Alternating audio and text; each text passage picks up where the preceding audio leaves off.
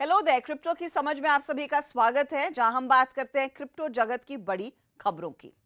Bank of Spain ने money laundering और terrorism finance के खिलाफ चल रहे प्रोसीजर्स के साथ ही दुनिया के सबसे बड़े क्रिप्टो एक्सचेंज बाइनेंस की लोकल यूनिट को एक वर्चुअल करेंसी प्लेटफॉर्म के तौर पर रजिस्टर कर लिया है।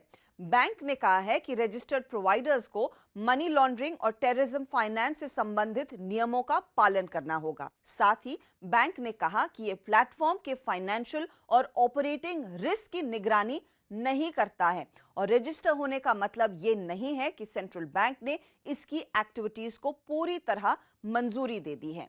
बाइनेंस के दुनिया भर में लगभग 120 मिलियन यूजर्स हैं और कंपनी ने ट्वीट में यह कहा कि स्पेन के सेंट्रल बैंक के नियमों को मानने के शर्त पर इसे देश में क्रिप्टो एसेट एक्सचेंज और कस्टडी देने की अनुमति मिल गई है। रजिस्ट्रेशन से यह संकेत मिलता है कि फ्रांस और इटली के बाद बाइनेंस यूरोप में तेजी से आगे बढ़ रहा है। यूरोपियन यूनियन भी इसके नए नियम तैयार कर रहा है। क्रिप्टो करेंसी कंपनीज को ईयू में डिजिटल टोकन जारी करने और बेचने के लिए लाइसेंस और ग्राहक सुरक्षा उपायों की जरूरत होगी। वर्तमान में जो नियम है उनके तहत पूरे ईयू में क्रिप्टो सेवाओं की कोई क्रॉस बॉर्डर अप्रूवल नहीं है, लेकिन इस साल नए नियमों के आने के बाद ये बदल सकता है। क्रिप्टो करेंसी में व्यक्तिगत रूप से निवेश करने वाले यूएस ऑफिशियल्स को अब क्रिप्टो रिलेटेड पॉलिसी और रेगुलेशन पर काम करने से अयोग्य घोषित कर दिया गया है।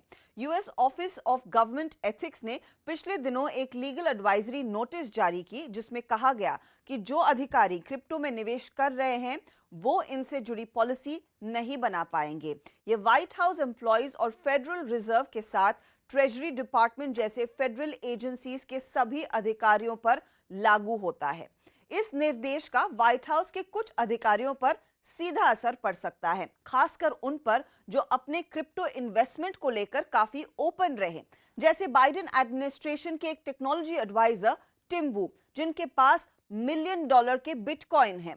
हालांकि वू ने पहले से ही स्वेच्छा से क्रिप्टो नीति पर काम करने से खुद को अलग कर लिया था। क्रिप्टो स्पेस के एक मार्केट मेकर विंटरम्यूट ने लेंडिंग काउंटर पार्टीज को करोड़ों का भुगतान किया है। वॉल स्ट्रीट जर्नल के साथ एक खास इंटरव्यू में फर्म के चीफ ऑपरेटिंग ऑफिसर मरीना गुरुवेच ने यह जानकारी दी। ये interview crypto broker Voyager digital के पतन के रेफरेंस में लिया गया था, जिसने 6 जुलाई को चैप्टर 11 बैंक्रप्सी के लिए फाइल किया था।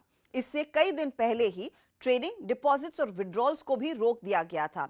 गुरुवेच ने कहा है कि वॉयजर ने विंटरम्यूट को दिया अधिकतर लोन वापस ले लिया है। वॉयजर ने विंटरम्यूट को 4% से 13.5% की दर से $27 मिलियन का लोन दिया था। Digital asset exchange FTX US से कैपिटल इंजेक्शन मिलने के बाद क्रिप्टो लेंडर ब्लॉकफाई इंक में निवेशक अपने कुछ होल्डिंग्स हटाने को तैयार हैं। ब्लूमबर्ग ने जो डेटा इकट्ठा किया है उसके हिसाब से प्राइवेट शेयर फंड्स, जिस पर लिबर्टी स्ट्रीट एडवाइजर्स निगरानी रखता है, उसने जून के अंत में अपनी फंड रिपोर्ट में ब्लॉकफाई के वारंट को वर्थलेस करार दिया। 30 जून को FTX ने ब्लॉकफाई को बचाने के लिए कंपनी को खरीदने के विकल्प के साथ $400 मिलियन रिवॉल्विंग क्रेडिट फैसिलिटी के तौर पर एक लाइफलाइन भी ऑफर की थी। प्राइवेट शेयर फंड्स, जो लेट स्टेज प्राइवेट कंपनियों में निवेश करने में माहिर है, उसने ब्लॉकफाई सीरीज ई वारंट को $67 पर यूनिट पर वैल्यू किया था।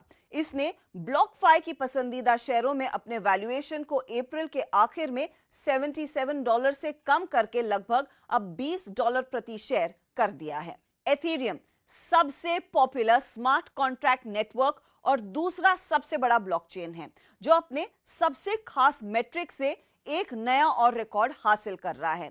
Leading online analysis service Glassnode के हिसाब से ईथर ब्लॉकचेन पर 8 करोड़ 36 लाख से ज्यादा वॉलेट्स नॉन जीरो बैलेंस वाले हैं। आमतौर पर यह नेटवर्क समय के साथ डीफाई और डी एप्स के साथ साथ बढ़ता है।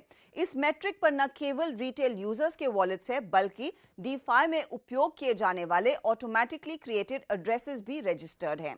इस बीच एथेरियम सालों के अपने सबसे क्रूशियल माइलस्टोन्स द मर्ज के बेहद करीब पहुंच गया है।